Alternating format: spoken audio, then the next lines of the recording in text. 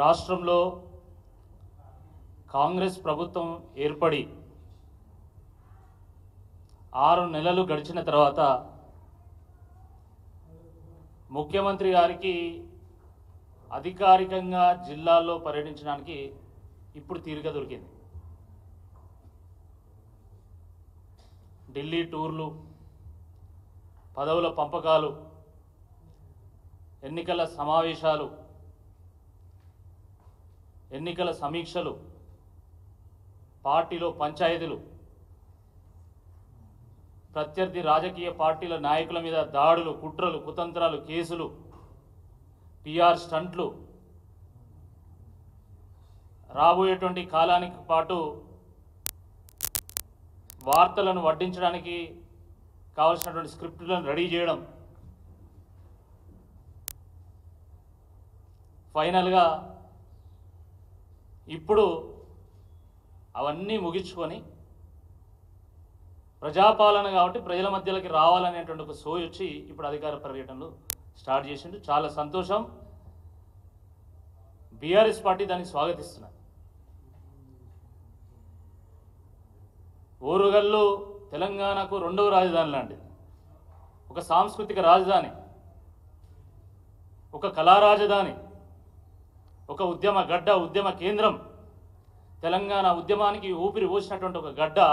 మరి అలాంటి ఓరుగల్లును మొట్టమొదటి జిల్లాగా ఎంచుకొని పర్యటించడం చాలా సంతోషం. అంత బాగానే ఉన్నది కానీ మొట్టమొదటిసారి వస్తున్నటువంటి సందర్భంగా ముఖ్యమంత్రి గారు ఈ ప్రైవేటు ఆసుపత్రి ఓపెనింగ్ని ఎంచుకోవడం ఏదైతుందో ఇది చాలా ఆశ్చర్యంగా కలిగించింది.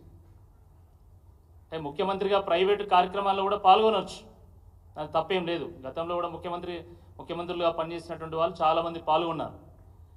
కానీ మొట్టమొదటిసారి వస్తున్నప్పుడు ఉత్తర తెలంగాణకే పెద్ద దిక్కు, పేదవాళ్లకు పెద్ద ఆసుపత్రి అయినటువంటి ఎంజిఎంను సందర్శించాలనేటువంటి సోయి లేకుండా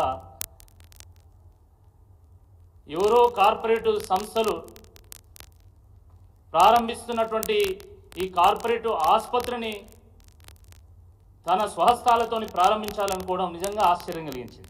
ఇది చాలా బాధాకరం కూడా.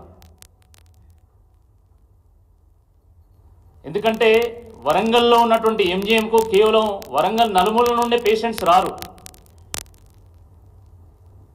ఉత్తర తెలంగాణలో ఉన్నటువంటి అనేక జిల్లాల నుండి, ఖమ్మము, మంచిర్యాల, రామగుండం, గోదావరికని, భద్రాచలం, చెర్ల, అలా తెలంగాణలో ఉన్నటువంటి అనేక ప్రాంతాల నుండి వస్తూ ఉంటారు. కేవలం తెలంగాణ నుండే కాదు, మహారాష్ట్ర, ఛత్తీస్గఢ్లో ఉన్నటువంటి గచ్చిరోలి కానీ, సిరోంచ్ కానీ, అట్లా అనేక ప్రాంతాల నుండి కూడా మరి రోగులు ఎంతో ఆశతోని వైద్యం చేయించుకోవడానికి వరంగల్కి వస్తూ ఉంటారు. కానీ దురదృష్టకరమైనటువంటి విషయం ఏంటంటే ఈరోజు కేవలం ఎంజిఎం మాత్రమే కాదు, ప్రజా ఆరోగ్య వ్యవస్థకు తెలంగాణలో జబ్బు పట్టింది. ప్రభుత్వ ఆరోగ్య వ్యవస్థ వెంటిలేటర్ మీద ఉన్నది. ఇది వాస్తవము. నిత్యం ప్రజల్లో ఉండేటువంటి ఒక వ్యక్తిగా, ఎక్కడ ఏ ఆపద ఉన్నా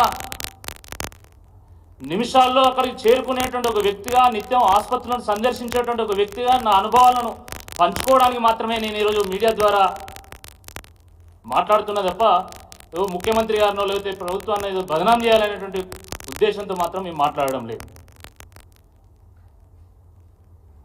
ఈరోజు వరంగల్లో ఉన్నటువంటి ఎంజిఎం ఆసుపత్రికి రోజువారీగా కనీసము 2500 నుంచి 3000 మంది ఓపీకి వస్తారు.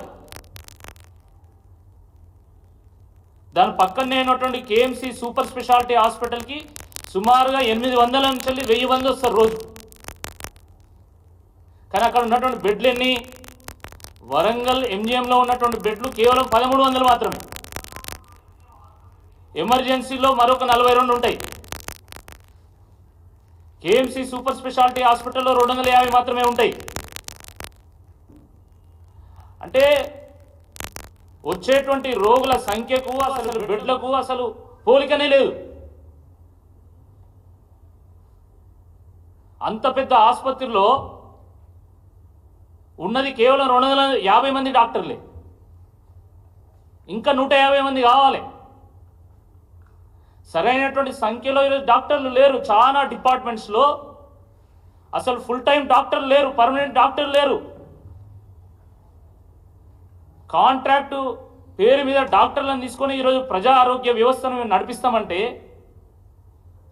ఎంత దయనీయమైనటువంటి పరిస్థితుల్లో ఈరోజు ప్రభుత్వ ఆసుపత్రులు ఉన్నాయో ఒక్కసారి అర్థం చేసుకోవాల్సిందే ఈ సందర్భంగా నేను కోరుతా ఉన్నాను.